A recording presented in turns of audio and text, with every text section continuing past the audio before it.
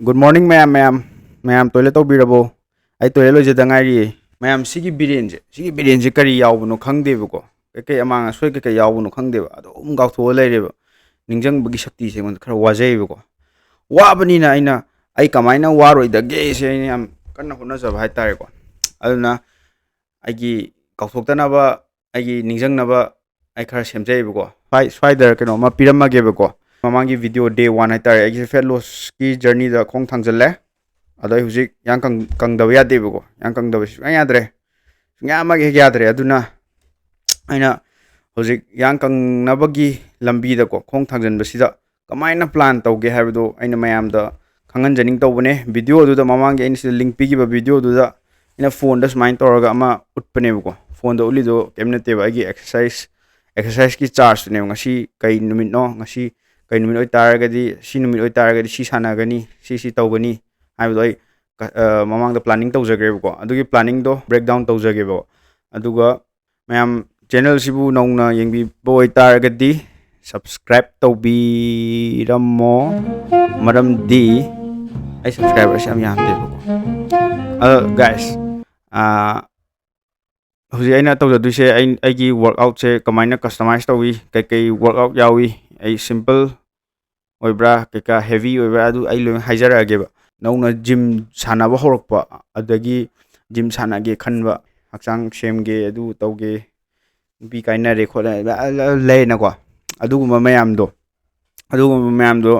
yenga matungda ai sida tawjari mong se dum mayam su dum copy tawba yagani ba aduna mayam hekta yengjalasi ko hekta yengjalasi kai kaino tawri bse aina honari bsi kai kaino sari bsi hotpudi honadri ba planning haitare yenga si mayam midiyeng tamina mayam aina semjabane ko sigise aigi kaino na haitare workout routine amasung exercise charts ne kai sanagani adu mayam sise my workout routine and exercise charts ko sisida aina mayam da share tawjadu se aigi workout comment design tawi amasung hogi hakchang ko muscle groups mayam je sise aisu khangde haidi doctor sunate gym su dum sana le minate aduna maming ma tha mayam ngawe ko aduna ngaw dana bana nunti sum khartoin ton yengadi ingjangna bana tawbane ko adudi mayam hojala mayam adudi monday lagi horsi ko monday se back and biceps back ta ina ahamba tawjadu se pull ups haragadi mayam basic exercise ta bar chingbadu ne ko bar chingba se yam kanai ko muscle activate tawe ai hujiki na di bar mamangi video yengbi mi kaina di khangni bar ai mari dagi hena chingba ngamde ba hadi weight yam banani khangde son banani khangde ai hana di yam chingba ngamami aduga deadlift se loima dum kanai ko compound ne adu mathang let pull down adu mathang da hyper extension se lower back yam focus tawi ai lower back se yam songan ba mapane aduna deadlift yam chingba ngamde aduna si khatang improve tawnaba honage khali mathang da barbell curl ko sina biceps ki barbell curl preacher curl dumbbell hammer curl set ahom ko adu sigi exercise myam se gym sungsan sana daba mi oi targadi khangoina khalle ko aduna aigi masi man ngasi back and bicep sana dune haraga sana gadaba exercise to maming thajaram ge ko mayam su khangnaba gym chatningba chatke kaina khanba beginner yaw tardi ko viewers mayam marakta mathang da tuesday dana chest and triceps chest ki se na tawjadu se ahamba da incline dumbbell incline cable fly decline dumbbell aduga push ups se na last ta pump to keno tawno phajana kana hongna ba push up se last sa hapani ko adu mathang da tricep ta sana jadu se overhead tricep extension overhead dumbbell extension cable pull down adagi wednesday dana legs kapning manumit ko front leg extension dagi han hore mayam di squat dagi hobo ko su yaw bani ko ai gi na di arum bathangat duna ai focus ante duna front yam weight yam squat yam na yang na tawga su kana ga da mong da tawning ba haitare aduna light weight da hamba da front leg extension dagi hana hawraga squat chi kona lakko front leg extension rear leg extension walking lunges squat mathang da calves pai ba ko calves da su mu muscle group ahum nina muscle tongan ahum adum sana gani ko adai Thursday the shoulder and abs shoulder da sana dusina dumbbell press laterals pec deck sigi dumbbell press laterals pec deck rear cable face aduga abs ki oina di hanging leg raises crunches twist cable crunch Friday dana chest and back mayam mamangi video da ina day 1 kind to thagat ki video sigi Friday gi workout sine chest and back adena han tawjese dips tawgre ko dips tawr matung da flat barbell pec deck pull over pull over tawgidra male kawre biren haisine sidana ina biren haise adugini ba ai sigumba se ai biren se yade ko amang so yam yaw male mathang da back pull ups si ai pull ups yam ngamde video da su mamang video da su ramgani pull ups yam thi ngamdre yam ikai jabam su yawre sai tonda aduna si se khatang improve tawna su hona gani dumbbell rows seated cable hyperextension seated cable se yam nungai tabra khalle ai mogi machine do ngonda nungai jadaba Saturday dana legs and traps legs da pai du se mamangi Wednesday dana Wednesday ki legs na keno back squat nebo front squat tuna sigi Saturday da hapani adagi leg press calves body weight squats body weight free body weight squats ko free body weight squats har gadi kem yaw da bida famuli puto budo adu ne ko adagi traps ki on tawdu se dumbbell shrug ka barbell shrug ka tawdu du ko si lore adu mathang da back muscles si one ma'am post ado ayu Google de download to ne ko phaja man adu yam simple loine su details yam simple loine utpo ko illustrate to by tar adu yung ma'am trapezius sigi trapezius ko adu posterior deltoid haidi radial ka haina du ne ko adagi rotator cuff lere adagi sigi sine ma'am na pam nai se latissimus dorsi je ko with p se adagi erector spinae hare sigi se engonda yamna lagging oi part oi mathang da rhomboids ma'am sigi se masa yam si ma'am postadro si se noi gera mayang kangera mi khudima ki lo ne yawe ko koina muscle do develop u da bagi fat na kupani khangde man kupani khangde u da bagi u da bani ko ado sanara ga di lo u du ne ba ado khangde una hona tare mathang da back ko sigi keno se na ai pdf oina mobile da hapa ga si sum yeng sana ta di maming du khangi nai sana di kaino si sanara ga di si exercise sanara ga di kai da pan ga ni khot kani rhomboids sa pan gadra si trapezius ra si latissimus dorsi gira nasraga sigi erector spinae gira si myam ji khangna ba ina sum photo myam sum hapani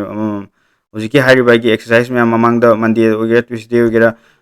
hapta am da anirak phangbo exercise myam do sidal pull up ire pull ups deadlift rowing dumbbell rows seated cable hyperextension ko mathang da chest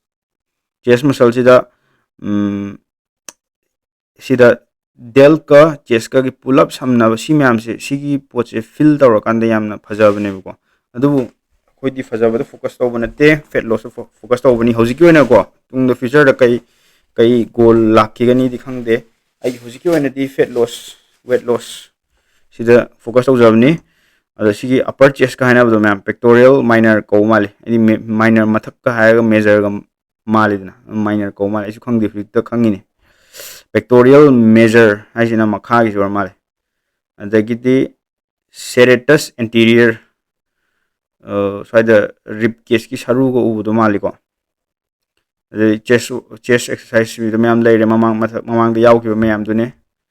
adagidi leg se lower limb mai tare ne koi body se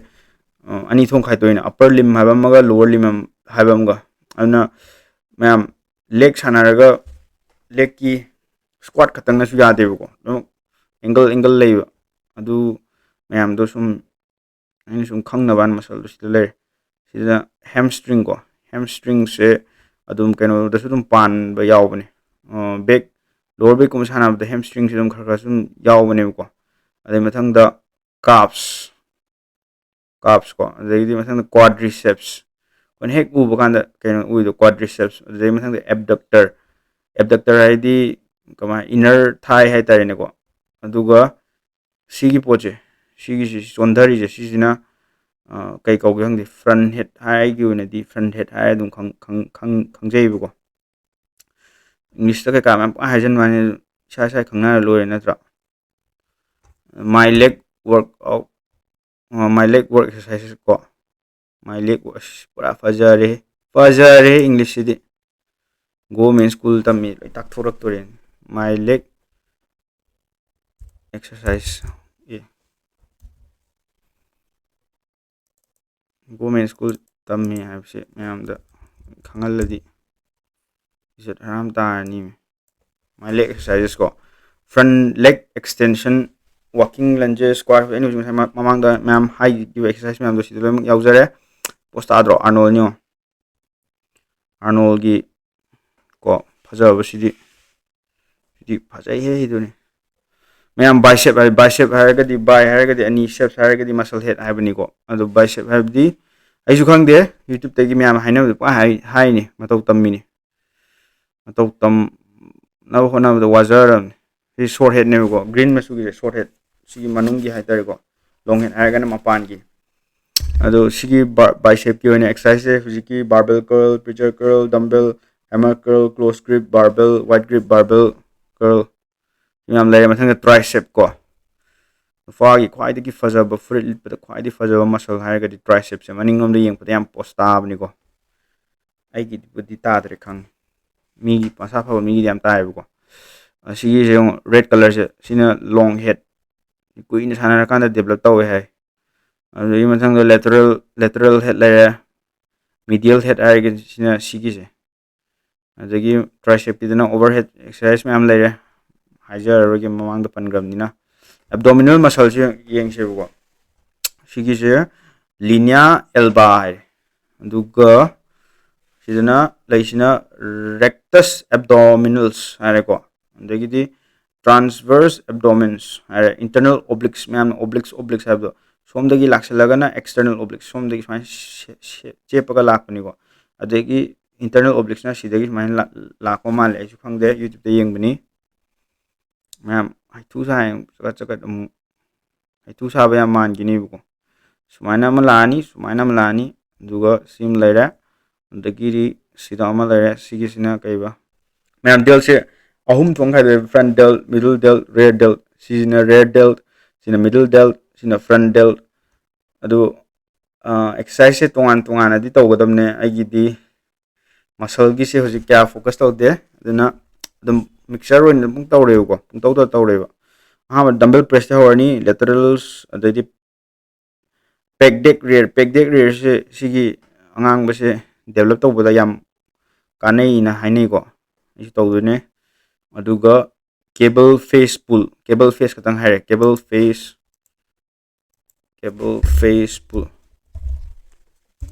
are yaar cable face pull sida mayam loijare ko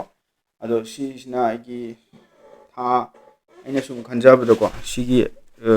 chart se mayam tha ani natraga ahum mukti si follow tawgi di mali ko aduga future da di kai orak toino khangde kai changes lakti mali changes laga so ai sida dum change laga mayam da si changes lai re ai smaina fat is minor reduce tawre weight reduce tawre muscle do mu focus tawninge harga changes swai dum menjhala ani bu ko mathang da di sina sigi do swai dum option jara edit taw ko siu minor planning taw swai semba visualize taw buse yam kana brand khalle ko adugi damakta suina semja bani if you are really serious about your fitness journey ꯑꯗꯨ ꯑꯣꯏꯔꯒꯗꯤ ꯁꯨꯃꯥꯏꯅ ꯁꯦꯝꯕꯁꯦ ꯀꯩꯁꯨ ꯀꯥꯏꯗꯦ ꯁꯦꯝꯕ ꯇꯜꯂꯒꯅ ꯃꯌꯥꯝ ꯀꯃꯥꯏꯅ ꯇꯧꯁꯤꯒꯦ ꯍꯣꯔꯦꯟ PDF ꯇ ꯂꯤꯡ ꯍꯥꯞꯄ ꯌꯥꯕ꯭ꯔꯥ ꯌꯦꯡꯒꯦ ꯑꯗꯨꯒ ꯑꯗꯨꯝ ꯀꯩꯅꯣ ꯇꯧꯒꯦ ꯁꯤꯌꯔ ꯇꯧꯔꯛꯀꯦ ꯃꯌꯥꯝꯗ ꯑꯗꯨꯗꯤ ꯃꯌꯥꯝ ꯚꯤꯗꯤꯑꯣꯁꯦ ꯁꯤ ꯈꯛꯇꯪ ꯍꯥꯏꯅꯤꯡꯕꯒꯤ ꯑꯩꯅ ꯁꯦꯝꯖꯕꯅꯤ ꯌꯥꯝ ꯍꯩꯁꯤꯡꯗꯅ ꯁꯦꯝꯖꯕ ꯅꯠꯇꯦ ꯑꯩꯁꯨ ꯍꯧꯖꯤꯛ ꯁꯤ ꯃꯌꯥꯝꯁꯦ ꯑꯃꯨꯛ ꯇꯧꯔꯦ ꯑꯃꯃꯝ ꯇꯧꯏꯅ ꯁꯤꯒꯤ ꯑꯦꯛꯁꯔꯁꯥꯏꯁꯁꯤꯅ ꯁꯨꯃꯥꯏꯅ ꯇꯧꯏ ꯍꯥꯏꯗꯣ ꯌꯨꯇ꯭ꯌꯨꯕꯇ ꯌꯦꯡꯉꯒ ꯑꯃꯨꯛ ꯇꯧꯔꯛꯈꯤꯗꯣꯏꯅꯤꯀꯣ ꯍꯧꯗ ꯉꯥꯏꯔꯤ ꯑꯗꯨꯅ ꯃꯌꯥꯝ ꯆꯦꯅꯦꯜ ꯑꯁꯤ ꯌꯥꯝ ꯅꯧꯔꯤꯕꯅꯤꯅ ꯃꯌꯥꯝ ꯈꯔ ꯁꯕꯁꯀ꯭ꯔꯥꯏꯕꯇꯣ ꯈꯔ ꯅꯝꯁꯤꯟꯕꯤꯔꯝꯃꯣ ꯁꯕꯁꯀ꯭ꯔꯥꯏꯕ ꯅꯝꯕ ꯄꯩꯁꯥ ꯇꯤꯡꯗꯕꯅꯤ ꯍꯥꯏꯕꯗꯤ ꯅꯣꯂꯦꯖ ꯃꯆꯥ ꯃꯆꯥ ꯁꯨꯝ ꯇꯧꯖꯔꯛꯀꯦꯕ ꯍꯥꯏꯗꯤ ꯑꯩꯈꯣꯏ ꯍꯛꯆꯥꯡꯒꯤ ꯕꯣꯗꯤ ꯄꯥꯔꯠ ꯕꯣꯗꯤ ꯃꯁꯜꯁꯦ ꯈꯪꯕꯗ ꯀꯥꯟꯅꯗꯕ ꯂꯩꯇꯦꯗꯅ ꯈꯪꯖꯤꯟꯕꯗ ꯑꯩꯈꯣꯏꯁꯦ ꯂꯣꯏꯅꯃꯛ ꯌꯥꯎꯔꯤꯕ ꯉꯥꯛꯇꯅꯤ ꯈꯪꯖꯤꯟꯕꯗ ꯀꯥꯟꯅꯗꯕ ꯂꯩꯇꯦ ꯑꯗꯨꯅ ꯃꯌꯥꯝ ꯑꯩ ꯁꯤꯌꯔ ꯇꯧꯖꯔꯛꯀꯦ ꯑꯗꯨꯅ ꯆꯦꯅꯦꯜ ꯑꯁꯤꯕꯨ ꯑꯍꯥꯟꯕ ꯑꯣꯏꯅ ꯌꯦꯡꯕ ꯃꯌꯥꯝꯕꯨ welcome you to this channel ꯑꯗꯨꯒ ꯁꯕꯁꯀ꯭ꯔꯥꯏꯕ ꯇꯧꯗ꯭ꯔꯤꯕ ꯃꯌꯥꯝ ꯑꯃꯁꯨꯡ ꯇꯧꯔꯕ ꯃꯌꯥꯝꯕꯨꯁꯨ ꯁꯕꯁꯀ꯭ꯔꯥꯏꯕ ꯇꯧꯔꯕ ꯃꯌꯥꯝꯗꯤ ꯀꯩꯗꯧꯔꯅꯤ ꯂꯥꯏꯛ ꯇꯧꯕꯤꯔꯝꯃꯣ ꯑꯣꯀꯦ ꯗꯦꯠꯁ ꯏꯠ